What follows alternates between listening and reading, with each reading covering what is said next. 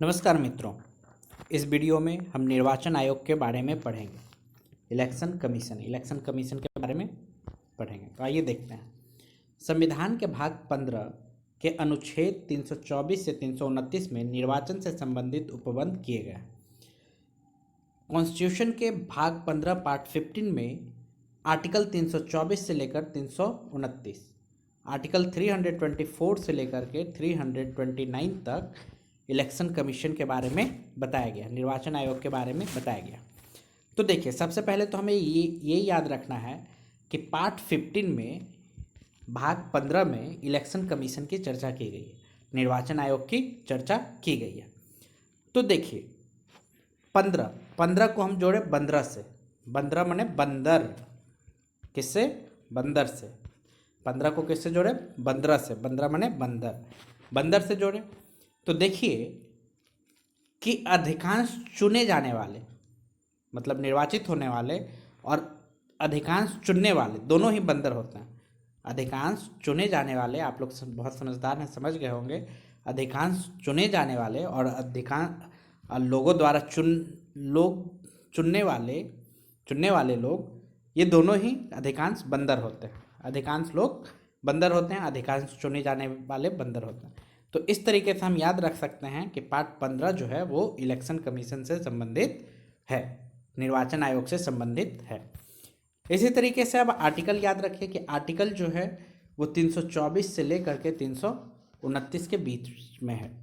तो देखिए, आर्टिकल 324 जो है, इसका मेरे पास ट्रिक नहीं बन पाया, और ये मुझे हमेशा याद रहता है कि आर्टिकल 324 इलेक्शन कमीशन से संबंधित है, निर्वाचन आयोग से संबंधित है। 329 को इस तरीके से याद रख सकते हैं कि आर्टिकल 324 से लेकर 329 तक है। 29 से क्या साउंड आ रहा है? ऊन की साउंड आ रही है।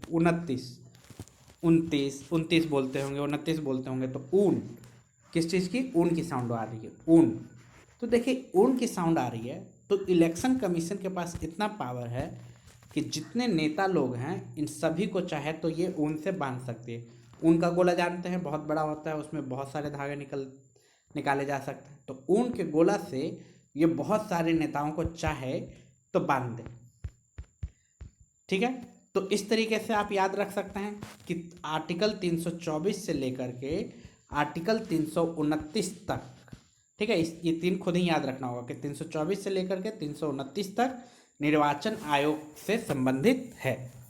आगे देखिए, भारत निर्वाचन आयोग की स्थापना 25 जनवरी 1950 ईस्वी को हुई। यह एक अस्थायी संवैधानिक निकाय है। देखिए, निर्वाचन आयोग की स्थापना 25 जनवरी 1950, इस डेट को हमें इस तरीके से याद रखेंगे कि जो निर्वाचन आयोग है, जो इलेक्शन कराना है, ये एक पचड़ा का काम है। पचड़ा, कचरा, पचड़ा। तो पचड़ा 25, तो इससे हम याद रखेंगे कि 25 जनवरी 1950। 25 जनवरी 1950। देखिए, 1950 याद इस तरीके से रहेगा क्योंकि 1952 में पहला मतलब इलेक्शन हुआ था, और इसी समय पहला लोकसभा का गठन हुआ था। इससे पहले नहीं हुआ था। तो इस तरीके से हम याद रख सकते हैं कि ये 50 में ही काम हुआ था। तो 25 जनवरी 1950।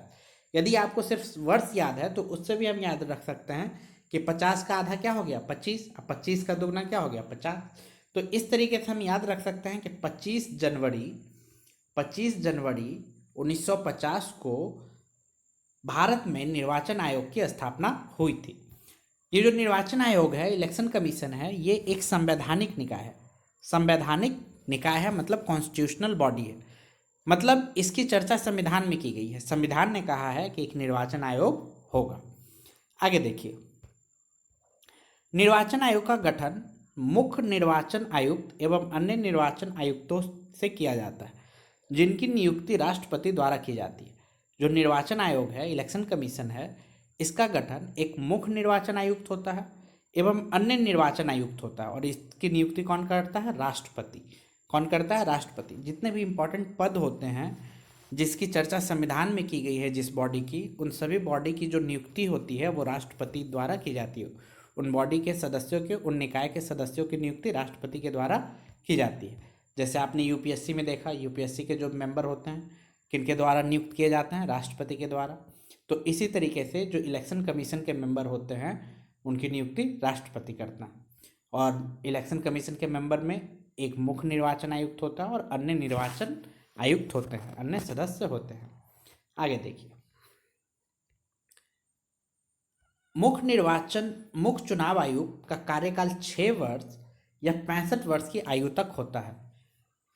मुख्य चुनाव आयुक्त का कार्यकाल 6 वर्ष या 65 वर्ष की आयु तक होता है। जो भी पहले हो तब तक होगा, जो भी पहले हो। तो ये समझिए कि जो मुख्य चुनाव आयुक्त होते हैं, चीफ इलेक्शन कमिश्नर, उनका जो कार्यकाल है वो 6 वर्ष के लिए या 65 वर्ष, दोनों में से जो भी पहले हो तब तक वो अपने पद पे बने रहेंगे। यदि उनका उम्र पहले 65 वर्ष हो गया है तो वो जैसे ही 65 वर्ष होगा रिटायर हो जाएंगे, और यदि 65 वर्ष नहीं होता है तो वो 6 वर्षों तक बने रहेंगे। 6 वर्ष के बाद उनका कार्यकाल समाप्त हो जाएगा, वो रिटायर हो जाएंगे। तो इस तरीके से देखिए कि मुख्य चुनाव आयुक्त का कार्यकाल 6 वर्ष और 65 वर्ष। इसको याद कैसे रखेंगे? तो मुख्य चुनाव आयुक्त होते हैं या इनके जो सदस्य होते हैं, ये सुप्रीम कोर्ट के न्यायाधीश के बराबर होते हैं। तो सुप्रीम कोर्ट के न्यायाधीश के बराबर होते हैं। तो इस तरीके से आप याद रख सकते हैं, सुप्रीम कोर्ट के जो न्यायाधीश होते हैं उनकी भी रिटायरमेंट पीरियड जो होती है वो 65 वर्ष होती है। ठीक है, तो इस तरीके से याद रख सकते हैं। एक कि ये 6 वर्ष के लिए नियुक्त किए जाते हैं। ये याद रखने का बहुत अच्छा तरीका है कि यदि मुख्य चुनाव आयुक्त 6 वर्षों के लिए, कोई भी मुख्य चुनाव आयुक्त यदि 6 वर्षों के लिए नियुक्त हो गया तो वो चाहे तो सारे नेताओं को छठी का दूध याद दिला दे, सारे नेताओं को छठी का दूध याद दिला दे। क्योंकि एक election commissioner, chief election commissioner हुए थे टी एन सेशन। इन्होंने सारे नेताओं के, सारे पॉलिटिकल पार्टी के छठी के दूध याद दिला दिए थे। इनके पास इतनी पावर है कि ये नेताओं के छठी के दूध भी याद दिला सकते हैं। इसीलिए जो भी मुख्य चुनाव आयुक्त नियुक्त किए जाते हैं, ये खास ध्यान रखता है नेता लोग, सरकार ये ध्यान रखती है कि वो लगातार 6 वर्षों तक के लिए न बना रहे। आगे देखिए, अन्य चुनाव आयुक्त का कार्यकाल 6 वर्ष या 62 वर्ष की आयु जो पहले हो तब तक रहता है। और जो अन्य सदस्य होते हैं, जो मुख्य नहीं है, चीफ नहीं है, वो भी 6 वर्ष के लिए उनका कार्यकाल होता है, लेकिन उम्र सीमा जो है वो घटा दी जाती है। कितनी? 62 वर्ष। उम्र सीमा कितनी की जाती है? 62 वर्ष। मतलब 6 वर्ष के लिए कार्यकाल या 62 वर्ष, मतलब जो पहले हो जाएगा तब तक वो अपने पद पे बने रहेंगे।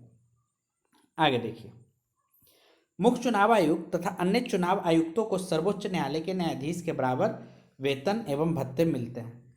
ठीक है, तो जो मुख्य चुनाव आयुक्त हैं और या अन्य चुनाव आयुक्त हैं उनको सर्वोच्च न्यायालय, सुप्रीम कोर्ट के न्यायाधीश के बराबर वेतन, सैलरी मिलता है। ठीक है, आगे देखिए, यहाँ पे 90,000 लिखा हुआ था, ये अभी बहुत बढ़ गया है, 90,000 से ज़्यादा होता है। पहले चुनाव आयोग एक सदस्यीय आयोग था। पहले चुनाव आयोग जो था वो एक सदस्यीय आयोग था, मतलब एक ही सदस्य होते थे। परंतु अक्टूबर 1993 ईस्वी में 3 सदस्यीय आयोग बनाया गया। ठीक है, तो पहले एक ही सदस्य होते थे, लेकिन 1993 में 3 सदस्यीय आयोग बनाया गया। और जैसे जैसे ज़रूरत पड़ती है सदस्यों की संख्या बढ़ा दी जाती है। लेकिन इस समय 3 सदस्यीय आयोग बनाने का कारण टी सेशन थे। इस समय टी एन सेशन को चंद्रशेखर, जो पीएम थे उस समय के, उन्होंने चुनाव आयुक्त इनको नियुक्त कर दिया था, चीफ इलेक्शन कमीशन की तरह इनको नियुक्त कर दिया था। और इनके डर से बहुत सारे नेताओं की सिट्टी पिट्टी गुल हो गई। इनके पावर को कम करने के लिए 2 और सदस्य को आयोग में नियुक्त कर दिया गया था। तब से 3 सदस्यीय आयोग चलता आ रहा है। आगे देखिए, EVM, electronic voting machine. EVM का फुल फॉर्म है इलेक्ट्रॉनिक वोटिंग मशीन। केरल के पारूर विधानसभा के 50 बूथ पर इलेक्ट्रॉनिक वोटिंग मशीन ईवीएम का प्रयोग पहली बार मई 1982 में किया गया।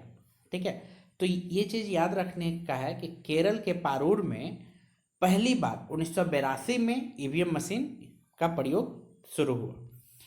आगे देखिए, नवंबर 1998 में मध्य प्रदेश के 5, राजस्थान के 5 एवं दिल्ली के 6 विधानसभाओं के चुनाव में बड़े पैमाने पर ईवीएम का प्रयोग हुआ। 1998 में मध्य प्रदेश के 5, राजस्थान के 5 और दिल्ली के 6 विधानसभाओं में ईवीएम का प्रयोग किया गया। ईवीएम का प्रयोग करके 1999 में पूरा चुनाव कराने वाला प्रथम राज्य गोवा था। ठीक है, पूरा ईवीएम का प्रयोग किया गया 1999 में गोवा राज्य के चुनाव कराने। आगे देखिए, ईवीएम का प्रयोग करके पहली बार 2004 में संपूर्ण आम चुनाव कराया गया। 2009 से आम चुनाव एवं सभी विधानसभाओं के चुनाव में ईवीएम का प्रयोग होने लगा है। ठीक है, तो ये कुछ ईवीएम के बारे में जानकारी थी। आगे देखिए, निर्वाचन आयोग के मुख्य कार्य, जो इलेक्शन कमीशन होता है, इलेक्शन कमीशन का क्या काम होता है ये देखते हैं। तो चुनाव क्षेत्रों का परिसीमन करना, चुनाव क्षेत्र का परिसीमन मतलब चुनाव क्षेत्र बनाना, बाउंड्री बनाना कि यहाँ से यहाँ तक एक विधानसभा या लोकसभा का क्षेत्र हो गया। ठीक है, इस तरीके से क्षेत्रों को बांटते हैं। तो ये काम हो गया चुनाव क्षेत्रों का परिसीमन करना। आगे देखिए, मतदाता सूचियों को तैयार करवाना, मतदाता सूची यानी वोटर आईडी कार्ड जो होता है वो बनवाते हैं।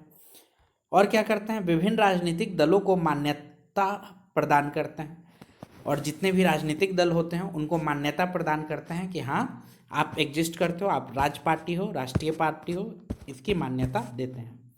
आगे देखिए, राजनीतिक दलों को आरक्षित चुनाव चिन्ह प्रदान करते हैं। जो राजनीतिक दल होते हैं उनको आरक्षित चुनाव चिन्ह, हर एक राजनीतिक दल को एक चुनाव चिन्ह दिया जाता है, तो ये प्रदान करने का काम करते हैं। चुनाव करवाने का काम करते हैं। राजनीतिक दलों के लिए आचार संहिता तैयार करवाना, राजनीतिक दलों के लिए आचार संहिता तैयार करवाते हैं। आचार संहिता का मतलब कि इलेक्शन का प्रचार करते समय इन बातों का ध्यान रखना है, मतलब जो अच्छी बातें हैं ये चीज़ नहीं करना है आपको, और इन बिंदुओं पे आपको बात करनी है, ये बिंदु पे बात नहीं करनी है। तो ऐसा सारे पार्टी को मिला करके आचार संहिता बनाया जाता है, सारे पार्टी से मिल बैठ करके बातचीत करके बनाया जाता है। तो एक बार फिर से देख लीजिए, निर्वाचन आयोग के मुख्य कार्य, चुनाव क्षेत्रों का परिसीमन करना, मतदाता सूची को तैयार करवाना, विभिन्न राजनीतिक दलों को मान्यता प्रदान करना, राजनीतिक दलों को आरक्षित चुनाव चिन्ह प्रदान करना, चुनाव करवाना, राजनीतिक दलों के लिए आचार संहिता तैयार करवाना।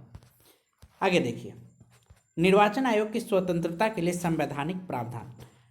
चूंकि निर्वाचन आयोग की बात संविधान में की गई है, तो संविधान इसको स्वतंत्र रहे, ये बॉडी, ये किसी के दबाव में ना आए, ना न्यायालय के दबाव में आए, ना ही सरकार के दबाव में, इसका खास ख्याल रखा गया है संविधान के द्वारा, और संविधान ने कई प्रावधान बनाए। क्योंकि किसी भी प्रजातंत्र के लिए, किसी भी लोकतंत्र के लिए इलेक्शन बहुत ज़रूरी होता है, इसीलिए निर्वाचन आयोग को संविधान ने कई सारी शक्ति दी है, और उन शक्तियों को बनाए रखने के लिए भी कई सारे प्रावधान किए। तो आइए देखते हैं कि निर्वाचन आयोग की स्वतंत्रता के लिए संवैधानिक प्रावधान कौन कौन से हैं। पहला, निर्वाचन आयोग एक संवैधानिक संस्था है, अर्थात इसका निर्माण संविधान ने किया है। तो पहली बात तो ये हो गई कि निर्वाचन आयोग एक संवैधानिक संस्था है और इसका निर्माण संविधान ने किया है। दूसरी बात, मुख्य चुनाव आयुक्त एवं अन्य चुनाव आयुक्त की नियुक्ति राष्ट्रपति करता है।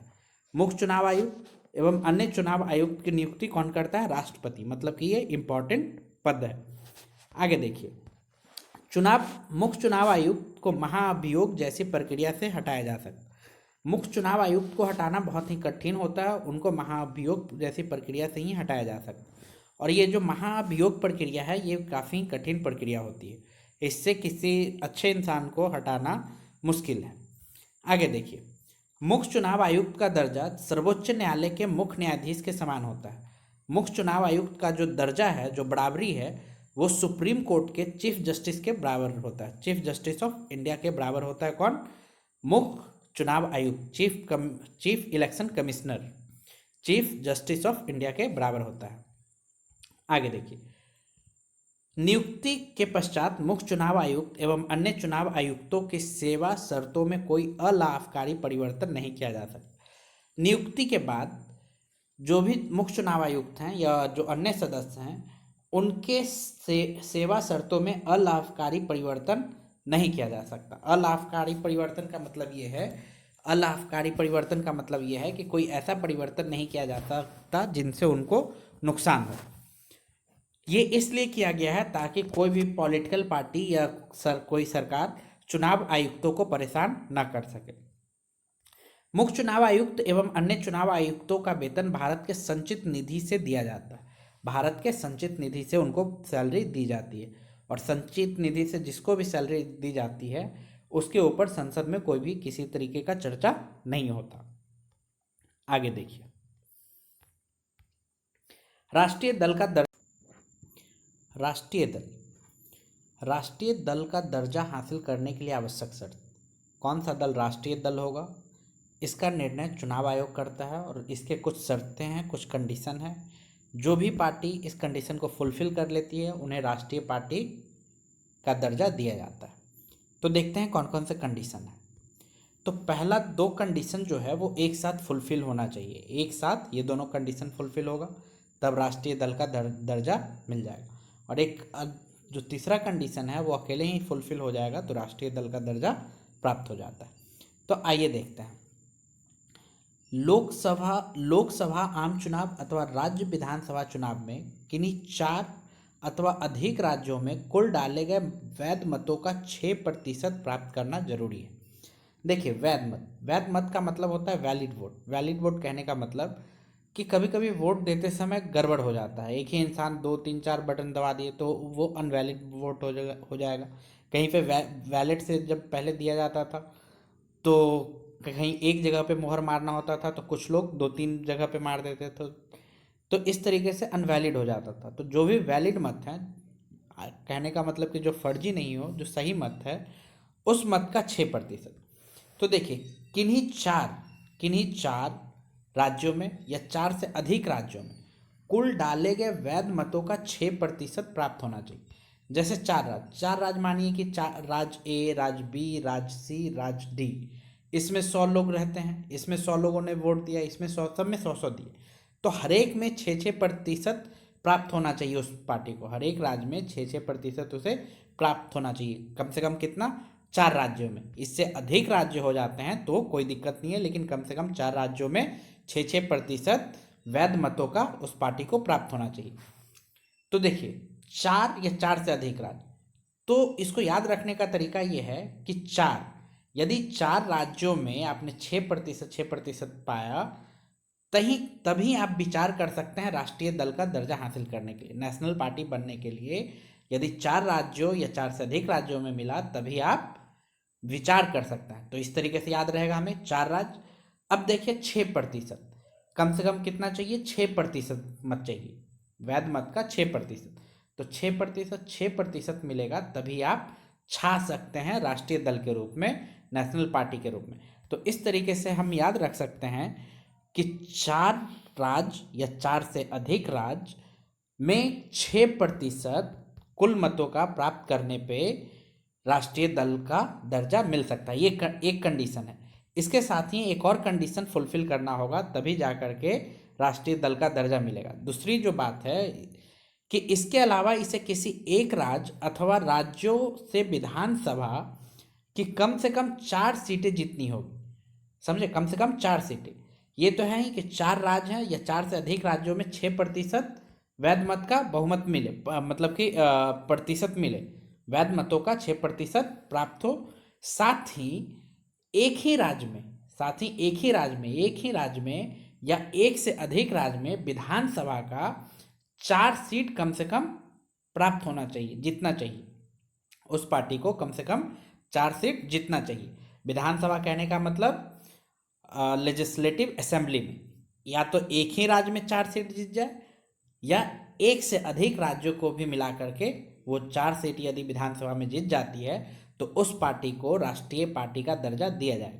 तो एक बार फिर ध्यान से समझिए, ये बहुत ही टफ मतलब कि याद नहीं होता है, कंफ्यूजिंग है, और ये एग्जाम में आता है, और जब एग्जाम में आता है याद नहीं रहता है तो गलत हो जाता है और हम फेल हो सकते हैं।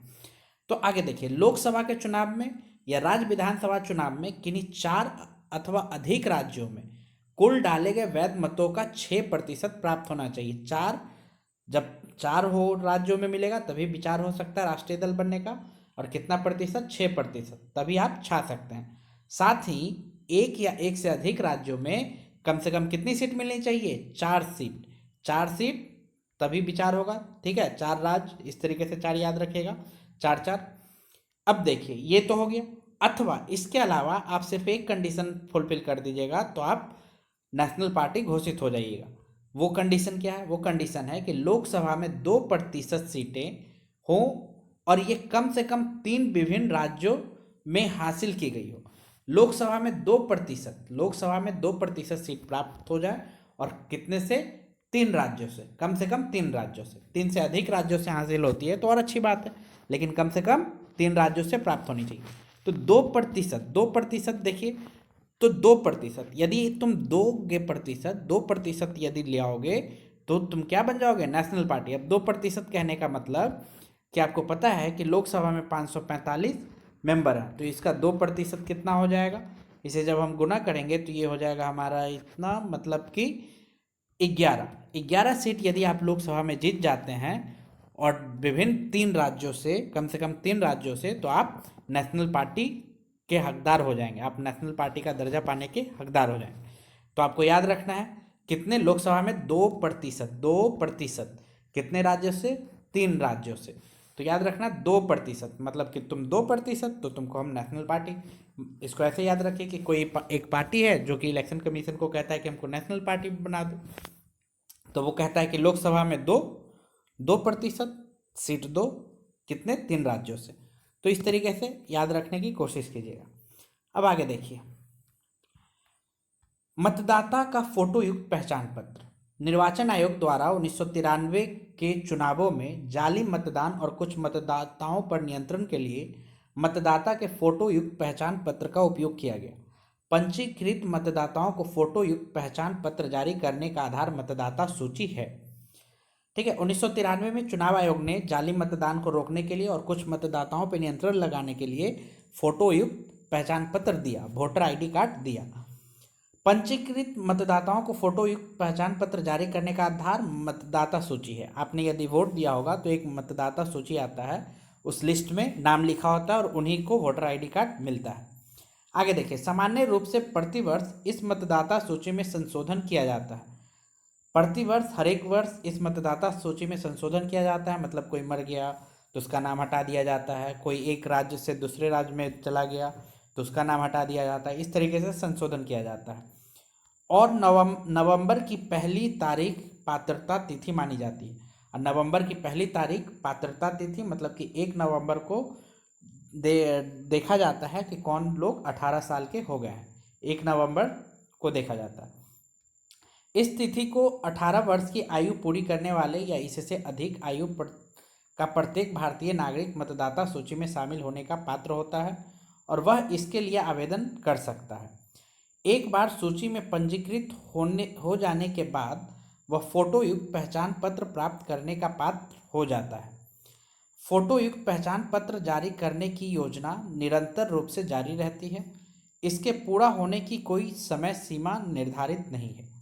ठीक है, तो एक बार सूची में पंजीकृत हो जाने के बाद फोटो युक्त पहचान पत्र प्राप्त करने का पात्र हो जाता है। फोटो युक्त पहचान पत्र जारी करने की योजना निरंतर चलते ही रहती है और इसको पूरा होने का कोई समय सीमा नहीं है।